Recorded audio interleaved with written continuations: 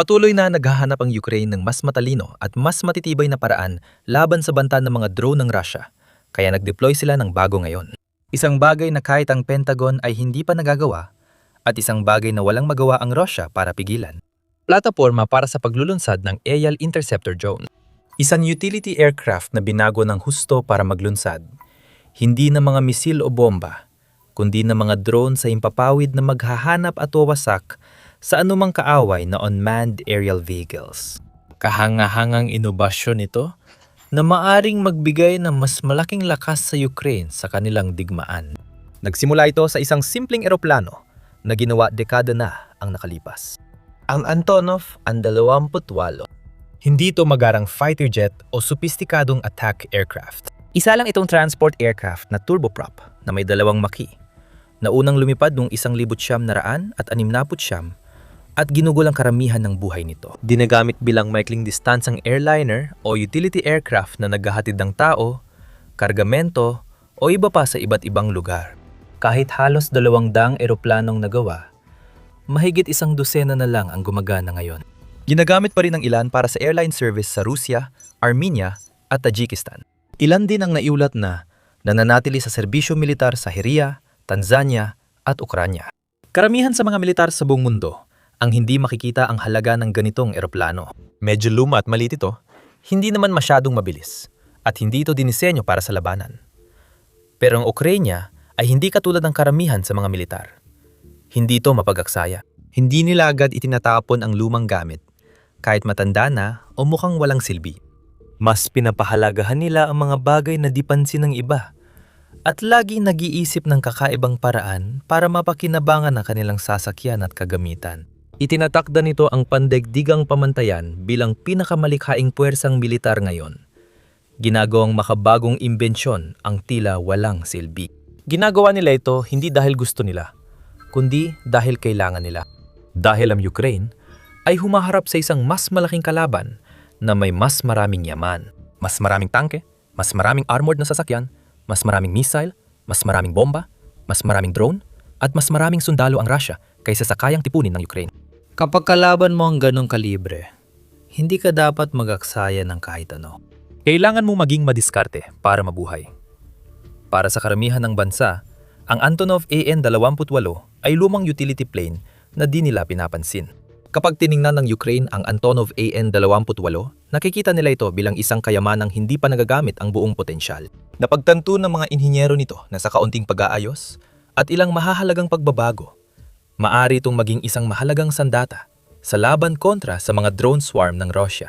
Kaya noong Pebrero, 2026 unang, ipinakita sa atin kung anong kayang gawin ng isang pinahusay na AN-28. May lumabas na video mula sa French channel TF1 na nagpapakita ng isa sa mga eroplanong ito sa isang aktibong panggabing misyong panlaban. Habang orihinal na disenyo ng AN-28 ay walang kasamang armas o sandata, ang AN-28 na ito ay nilagyan ng sarili nitong 6 na tubong Gatling type na pitutuldok 62. May 134 minigun na nakakabit sa pintuan ng kabina. Ang minigun na ito na kaya magpaputok ng 3,000 hanggang 6,000 bala kada minuto o humigit kumulang 50 hanggang 100 kada segundo ay napatunayang matagumpay sa mga operasyon sa himpapawid. Karaniwang ginagamit ito sa AC-47, Spooky at iba pang side-firing gunships, ngunit dati ay ginamit din para tamaan ng mga target sa lupa. Sa AN-28 naman, ibang target na nasa isip ng Ukraine, mga drone ng Russia. At lumalabas na nakakagulat ang bisa nito. Ang footage na ipinalabas sa French TV ay nagpakita na sa ilalim ng cockpit ng AN-28 ay may 100 at 15 na ipinintang silweta ng Shahid o Giron Star long-range one-way attack drones na bawat isa ay kumakatawan sa isang kumpirmadong napabagsak. 2 sa mga silweta ay dilaw na posibleng tanda na mas maraming napabagsak. Sabi ng balita, ang AN-28 at 4 na crew nito ay nakapagpabagsak ng halos 100 at 50 drones nung kinuna ng video. Nagbigay rin ng ulat ng detalye kung paano pinapatakbo ang eroplano. Pinaliwanag niyang ang crew ng AN-28 ay halos palaging nakikipag-ugnayan sa ground team ng air traffic controllers na gumagabay sa eroplano papunta sa mga lugar na may namataang Russian drone. May kanya-kanyang tungkulin ng bawat miyembro ng crew sa paghahanap at pagsira ng mga drone. Halimbawa, ang camera operator ay nakaupo sa harap ng infrared display. Pinapanood ang live feed mula sa camera sa labas ng eroplano at sinusuri ang kalangitan para sa palatandaan ng buhay.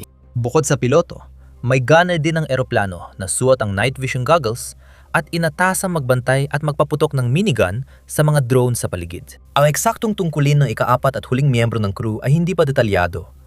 Ngunit maaring siya ay natasan sa iba't ibang gawain tulad ng pagtanggal ng bara sa minigun, pag-reload nito, o pagsuporta sa iba pang miyembro ng crew sa iba pang paraan.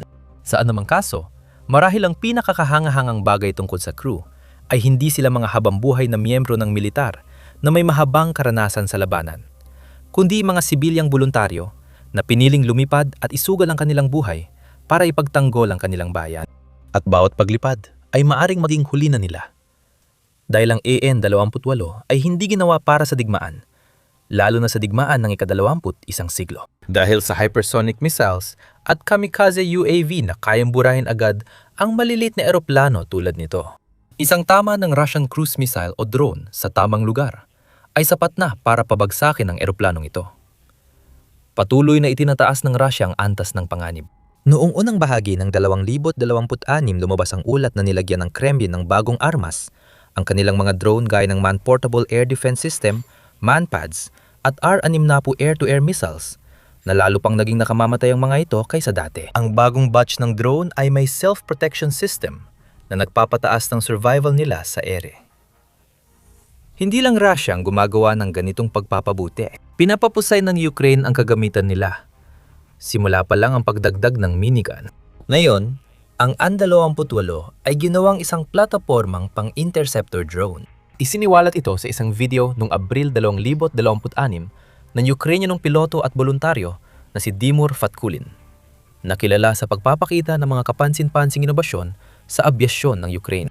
Ipinapakita sa video ng An-28 ay nilagyan ng mga hardpoint sa ilalim ng pakpak kung saan nakakabit ang dalawang magkaibang uri ng interceptor drone, ang Skyfall P-1 Sun at ang Merops AS-3 Surveyor.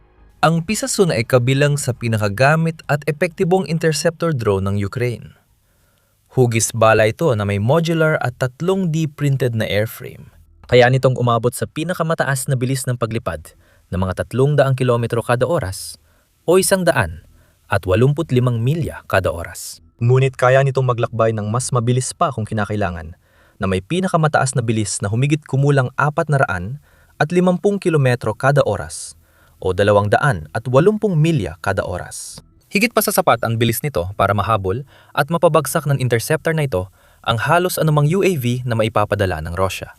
Bukod pa rito, ang P-1 ay napakamura gawin. Bawat isa ay nagkakahalaga ng mga $1,000 at ginagamit para pabagsakin ang mga Russian drone na nagkakahalaga ng 20, 30 o $50,000 bawat isa. Ayon kay Skyfall, kaya nilang gumawa ng hanggang 50,000 interceptor bawat buwan. Malaking tulong ito sa depensa ng Ukraine sa hinaharap. Lalo na't may makabagong plataporma tulad ng AN-28 para pag-launch-an. Ang isa pang drone na nakita sa eroplano ay ang Merops AS-3 Surveyor. Katulad ng P-1 Sun, ang AS-3 ay isa pang maliit at abot-kayang drone na dinisenyo para hanapin at sirain ang ibang UAV sa ere. Pinapabagsak ang mga ito bago pa sila makalapit sa kanilang mga target. Gayunpaman, ang P-1 Sun ay isa sa pinaka-compact at matipid na opsyon para alisin ang mas maliliit at murang Russian drone, habang ang AS-3 ay para sa mas matitibay na target. Ito ay nilikha ng kumpanyang nakabase sa California na Perennial Autonomy, na dating kilala bilang Project Eagle, at ipinagmamalaki nito ang saklaw ng operasyon na hanggang 12.5 milya o 20 kilometro at kakayahang umabot sa pinakamataas na bilis na mga 175 milya kada oras o 280 kilometro kada oras.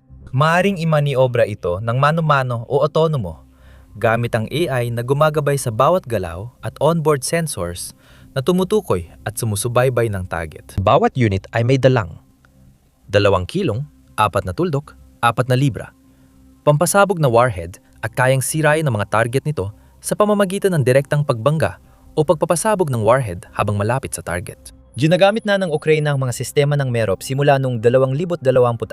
Ipinadala rin ng ilang drone sa mga kaalyado ng US at NATO tulad ng Poland at Romania bilang bahagi ng Operation Eastern Sentry para palakasin ang depensa sa silangang panig ng alyansa. Ayon sa hukbong katihan ng Estados Unidos, ang bawat AS-3 ay nagkakahalaga ng $15,000, ngunit maaring bumaba sa $3,000 kapag pinalaki at pinahusay ang produksyon. Mas madali at mas mura para sa Ukraine na punuin ng A-28 lumipad at pabagsakin ng mga drone ng Russia nang paisa-isa nang hindi nauubos ang malaking halaga ng pera.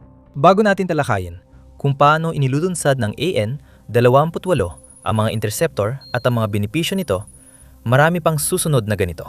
Kung may natutunan ka sa The Military Show, huwag kalimutang mag-subscribe. Ngayon, ipinapakita ng footage noong Abril 2026 ng AN-28 ang mga interceptor habang ginagamit. Nakikita natin ang crew ng eroplano na nakakita at nakumpirma ng isang kaaway na drone sa lugar, bago nila inilunsad ang isa sa kanilang P-1 Suns. Agad na bumilis ang interceptor papunta sa target. Sumabog malapit dito para pabagsakin ito sa ere. Lahat ay nangyari sa ilang segundo. Kinumpirma ni Pat Cullen, ang piloto na nag-upload ng footage, sa caption na napatunay ang epektibo ang mga P-1 Sun interceptor mula sa eroplano sa totoong labanan. Dagdag pa niya, nasubukan din namin ang iba pang interceptor drone sa training flight. Pwede mo itong tawaging murang air-to-air missile. Binanggit din ni Pat Cullen na noong Abril na kapag pabagsak ng AN-28 ng 200 at 22 Russian drone gamit ang minigun nito, at na yon ay may potensyal na makapagpabagsak ng daan-daan pa dahil sa napakahalagang modipikasyong ito.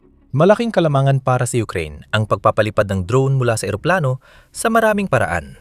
Hindi lang isa. Una, nagagawa ng AN-28 na mailapit ng husto ang mga interceptor sa kanilang mga target kaysa sa karaniwan. Karaniwan, ang ganitong uri ng mga drone ay kailangang ilunsad mula sa lupa at kailangan munang gumugon ng oras sa pag-akyat ng ilang libong talampakan sa himpapawid para lang mapantayan ang taas ng kanilang mga target. At kapag sinusubukan mang harangin ang mga medyo maliliit na UAV na gumagalaw ng daan-daang kilometro bawat oras, mahalaga ang bawat sandali. Bawat segundo ay mahalaga. Kung mas makatipid ka ng oras, mas epektibo ang interceptor mo, kaya mahalaga ang paglulunsad mula sa himpapawid. Sa datos mula sa ground-based air traffic controllers, pwedeng lumipad ang mga tripulante ng AN-28 sa lugar ng na-detect na Russian drones at maglunsad ng interceptor mula sa pinakamalapit na distansya.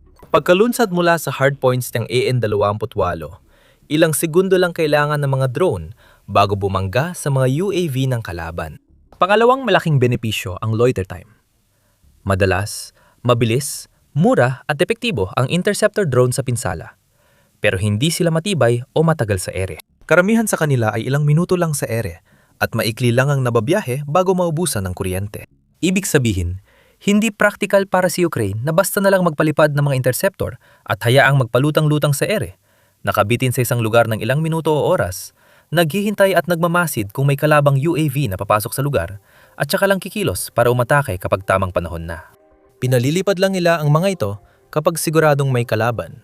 At kapag nailunsad ang drone, agad nagsisimula ang countdown, kaya't limitado lang ang oras ng interceptor para hanapin, mag-lock on sa target at mahabol ito. Ang AN-28 ay isang ganap na ibang usapin. Hindi ito murang drone, kundi seryosong utility aircraft na may malalaking tangke ng gasolina para sa matagal na paglipad. Kaya nitong manatili sa ere ng ilang oras at magsagawa ng mga tuloy-tuloy na patrolyang kontra-drone sa mga estratehikong lokasyon. Maaring magpadala ang Ukraine ng AN-28 sa ibabaw ng mahahalagang infrastruktura, halimbawa, kung saan maaari itong magtagal ng matagal habang binabantayan ng paligid, handang kumilos agad sa unang senyales ng panganib at nagsisilbing matatag na panghadlang laban sa agresyon ng Russia. Isa pang benepisyo ng sistema ay marami itong kayang dalhing armas. Kahit na ang AN-28 ay hindi talaga dinisenyo para sa labanan nung una, ginawa ng Ukraine ang mga kinakailangang pagbabago upang gawing isang tatapormang panghimpapawid na pangharang ng drone ito, na may maraming hardpoints na maaring gamitin para magdala ng iba't ibang uri ng drone, baril, at posibleng maging mga rocket. Magpapahintulot sa puwersa ng Kyiv na mas epektibong labanan ang mas malawak na hanay ng mga banta mula sa kalaban. Sa madaling salita, kahit bawasan ng Rusya ang pagdepende nito sa mga Shahid at lumipat sa mga drone na ibang laki, bilis o paraan ng operasyon, dapat ay kaya pa rin pigilan ng Ukraine ang mga ito ng tuloy-tuloy sa teorya. May kalamangan ng AN-28 dahil kaya nitong mag-take off at landing sa maikling runway o may STOL capability, bagay na akma sa ganitong misyon. Kaya nito mag-operate sa maikling runway, landing strip na hindi inihanda, o maliliit na espasyo. At kailangan lang ng mas maikling distansya para mag-take off at landing kaysa ibang eroplano. Mahalaga ito dahil kapag binabantaan ng mga drone ng Russia buong teritoryo ng Ukraine, hindi nila lagi magagamit ang malalaking paliparan at runway. Madalas nilang gamitin ang mga simpleng lugar na may maikling take-off at pansamantalang landing strip. Kaya kailangan nila ng eroplanong kayang mag-operate sa ganitong limitasyon. Sa kabutihang palad, kaya ng 28 ito at inaasahang magiging mas mahalagang yaman para sa Ukraine.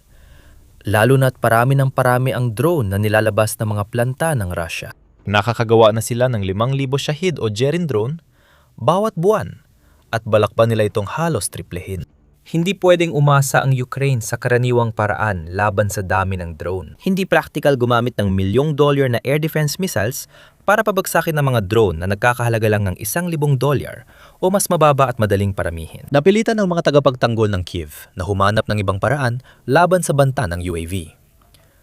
Dahil dito, nabuo nila ang isa sa pinakamalakas at pinagsama-sama at maraming antas na air defense network sa mundo. Kasama rito, hindi lang ang karaniwang radar at air defense missile batteries, kundi pati mas mura at epesyenteng option tulad ng mobile ground unit, AI-powered turret, direct energy weapons, at interceptor drone. Totoo, tumataas ang halaga ng mga interceptor araw-araw dahil napatutunayang sila ang pinakamatipid na paraan para mapawalang bisa ang mga drone ng Moscow. Wala man silang malalaking warhead o precision guidance tulad ng world-class surface-to-air missiles. Pero hindi nila yon kailangan. Sa huli, layunin lang nila pabagsakin ng ibang UAV. At magaling silang gumawa nito hanggang ngayon. Bukod dito, mas mura at madaling gawin ng mga ito kaysa karaniwang air defense. Kaya mas madali rin silang maipakalat ng maramihan at mas malawak ang nasasakupan. Dahil dito, naitatabi ng Ukraine ang kanilang mas mahal na mga misil at ginagamit lang kapag talagang kailangan, gaya ng pagsalag sa mga misil o eroplano ng kalaban. Kaya naman, hindi na nakapagtataka na inuuna ng Kyiv ang pagpapalawak ng kanilang interceptor drone fleet gamit ang iba't ibang modelo na may sari-sariling technical na katangian. Mula sa bullet-like PE sa Sun at Strela hanggang sa quadrotor-style Zero-8 na gumagamit ng advanced AI para automatikong hanapin at sirain ang mga sahid na hindi na kailangan ng anumang manual na pagpapalipad. Sa pamamagitan ng mga inobasyon tulad ng AN-28, pinapalawak din ng Ukraine ang paraan ng paggamit nila ng mga drone na ito. Hindi na lamang inilulunsad mula sa lupa, kundi pati na rin sa ere. Madali mong maisip paano palalawakin ng militar ng bansa ang konseptong ito. Gumagamit na ito ng mga mothership drone, malalaking drone na nagdadala at nagpapalipad ng mas maliliit na drone sa himpapawid na may aktibong banta. Maaari ring gawing drone carrier ang ibang sasakyang panghimpapawid tulad ng transport helicopter at Yakolev Yak-52 para magdala at magpalipad ng mga drone gaya ng P-1 Suns at Merops AS-3 sa hinaharap. Iniulat na magagaan na eroplano at helicopter ang sanhi ng hanggang 12% ng pagbagsak ng lahat ng drone ng Russia. Kung mag-upgrade sila ng sarili nilang mini-interceptor swarms, siguradong tataas pa ang bilang. Hindi pa natin alam kung saan dadalhin ng Ukraine ang ideyang ito, pero malinaw na patunay ang AN-28 na gumagana ito.